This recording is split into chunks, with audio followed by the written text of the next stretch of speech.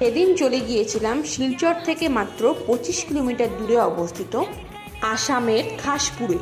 এখানকার শালগঙ্গা নামক এলাকায় রয়েছে মধ্যযুগীয় ডিমাসা কাছারি রাজ্যের এক ঐতিহাসিক নিদর্শন, যা এখন কালের নিয়মে এবং আবহাওয়ার প্রভাবে জরাজীর্ণ অবস্থা। এই কাছারি কিংডমই হলো বরাক ভ্যালির একমাত্র প্রত্নতাত্ত্বিক নিদর্শন, যেখানে সূর্যদ্বার, সিংহদ্বার এবং রাজ মন্দির বা রণচণ্ডী মন্দিরের মতো অনন্য স্থাপত্যশৈলী দেখতে পাওয়া যায়। 13th সেঞ্চুরির আশেপাশে এই কাছারি কিংডম অনেকটাই আধিপত্য বিস্তার করেছিল, কিন্তু পরবর্তীকালে পারিপার্শ্বিক রাজ্যের রাজাদের অনবরত আক্রমণে তাদের এই সাম্রাজ্য ধীরে ধীরে ভেঙে যেতে থাকে এবং একসময় এই কাছারি রাজ্যের শেষ প্রান্ত খাসপুরে তাদের রাজ্য স্থানান্তরিত করতে হয়।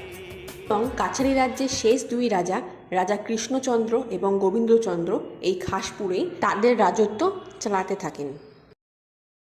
বর্তমানে এই কাছারি কিংডমের প্রায় 90% সাম্রাজ্যই বিলুপ্ত।